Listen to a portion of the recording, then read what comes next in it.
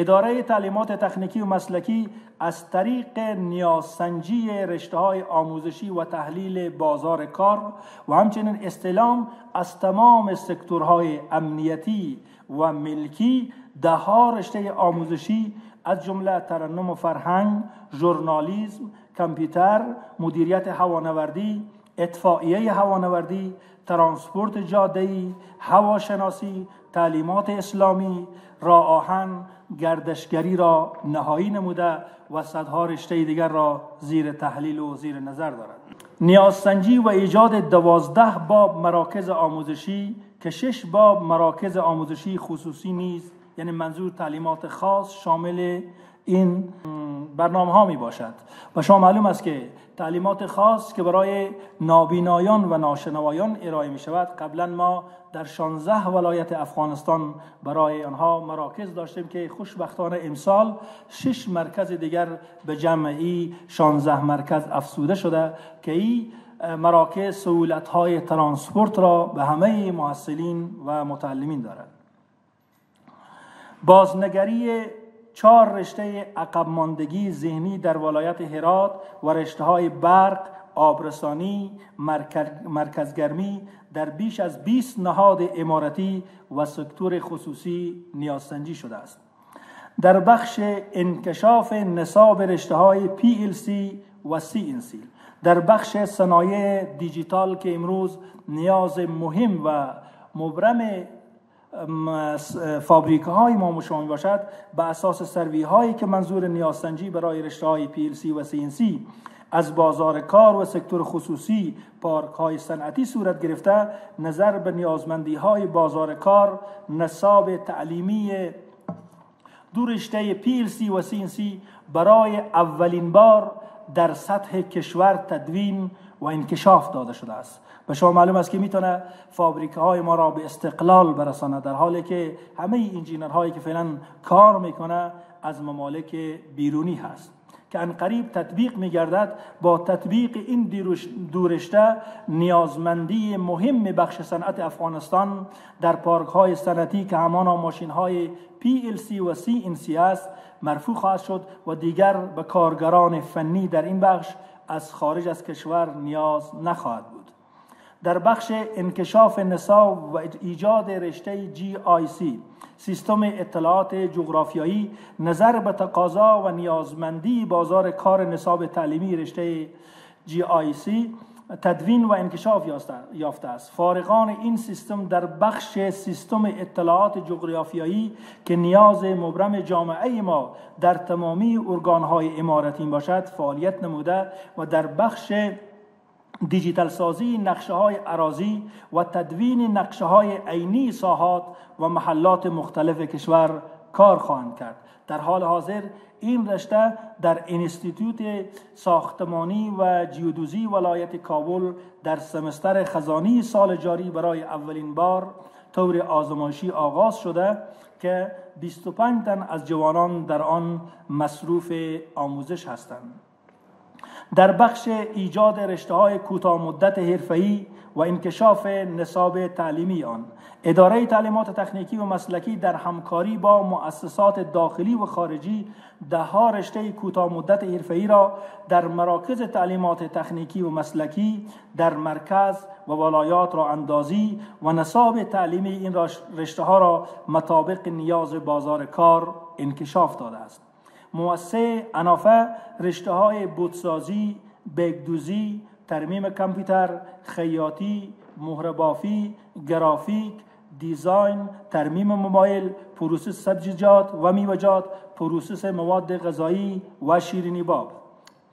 کمیته ناروی رشته‌های کارگر ماهر، پخت و پز، باغچه خانگی، پروسس سبزیجات، کارآفرینی و ایجاد کسب و کار، ترمیم موبایل، ترمیم موتورسایکل، برق آفتابی و خیاطی. اداره تنظیم امور زندانها رشته‌ها برای محبوسین، ترمیم موبایل، خیاطی، فلزکاری، دستدوزی و قالین بافی.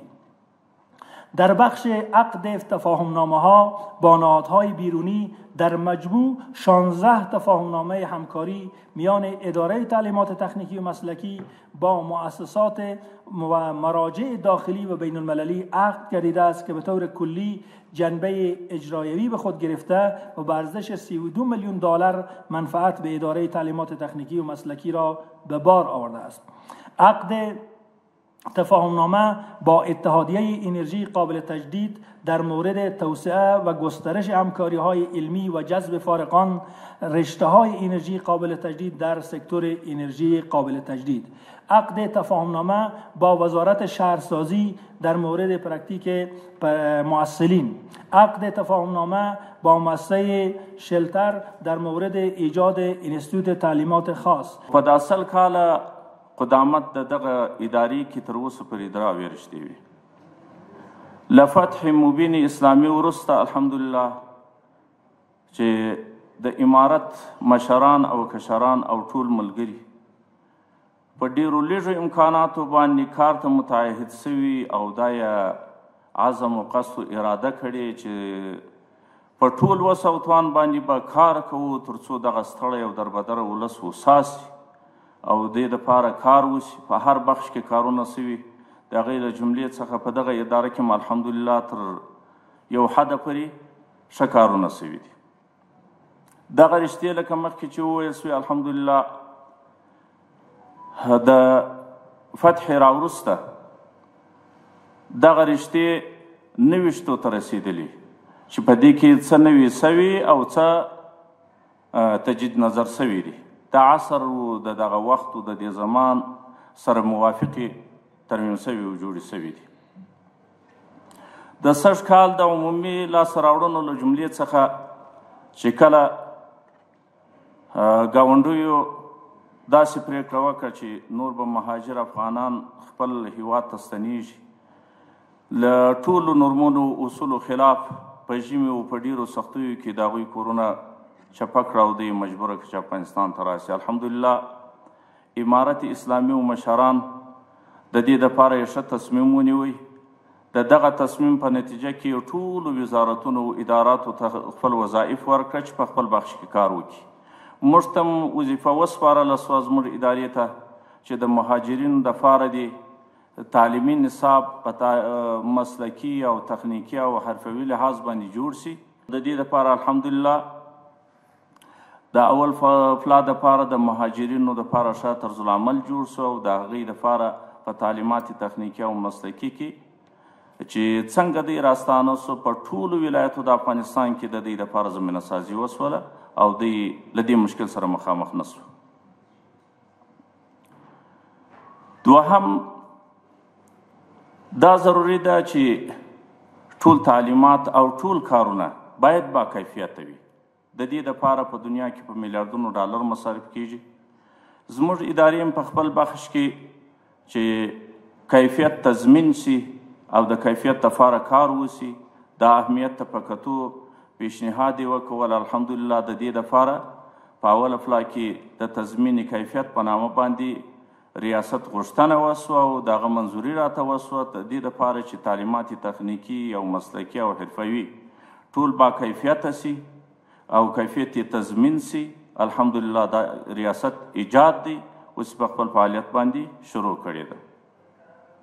په دې کې ښه ماهره مسلکي او متخصص خلک ځای پر ځای سوي او انشاءالله العظیم چې په دغه بخش کې به ډېر ښه خدمات سرته رسوي.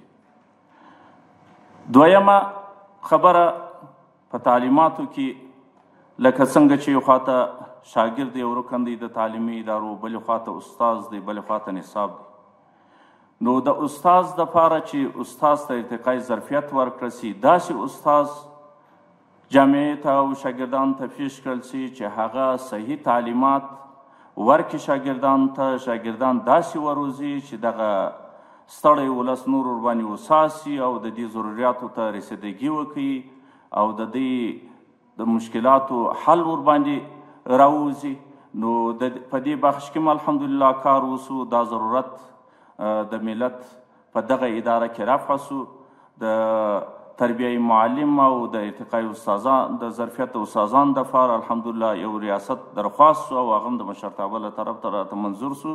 هغه هم په خپل کار کې الحمدلله سږ کال په دا نوې تشکیله وروسته په کارو باندې شروع کړي. په افغانستان کې داسې نخبه کسان شته چې هغوی تعلیم هیڅ نه یې کړی، په خپله تجربه سره هغه داسې مسلکي مستریان د موټر وي، بنایان وي، د زراعت په بخش کې په خپله تجربه سره یې ښه مهارتونه حاصل کړي په مختلفو بخشونو کې. خو د دې دپاره دا تثبیت د دغه مهارت تر اوسه په افغانستان کې نه و سوی. نو د دې دپاره الحمدلله اصول او ابتدایي ترتیب جوړ سوی، هغه مشرتابه ته لیږل سوی چې هغه کله منظوري راته راکړي په دې بخش به کار کیږي. دا تر اوسه د افغانستان په تاریخ کې نه و. دا د دې ادارې نوی ابتکار او ایجاد دی چې دا به ډېر زموږ هغه خلک چې هغه ښه ماهر خلک دي، ښه تجربه کار خلک دي، هغه رسمي اسناد نه لري، د دې په اجازې سره به موږ هغې ارزیابي کړو، د هغې سویه د مهارت به معلومه کړو، هغوی ته به رسمي اسناد ورکړو، هغه به کولی شي چې نظام له دې خپلو ماهرو کسانو څخه استفاده وکړي. دا چې دا اداره څنګه، کله، ولې، د چا لپاره، د څه او څه ډول فعالیتونو په ترسره کولو سره رامنځته شوې چې د دغې برخې د مخاطبینو لپاره په ټوله کې د ادارې په اړه د ټولو ممکنه امکاناتو په شتون کې ځواب ویل شوی او وضاحت یې وړاندې شوی ده. د رسنیو له لارې د هر رسنیز پروګرام لازمه خپرونه مخته وړل شوې ده. د مشرتابو او د ادارې د اطلاعاتو د برخې مسؤل وخت ناوخت په رسنیو کې د ادارې او فعالیتونو په هکله محاسبوي ناستې ترسره کړې دي. د تواتر په توګه د 7 مجازي ادرسونو له لارې هره ورځ ورځنیو فعالیتونو ته د لسګونه زره فعالوزو په شتون کې انعکاس ورکول کیږي. په خپله د ادارې د تعلیمي بنسټونو فعالیتونه روڼ فزیکي حضور، با اعتباره اصولي تعلیمي خدمات هغه څه دي چې د دغې ادارې د فعالیتونو او مرامونو ښه شننه کوي.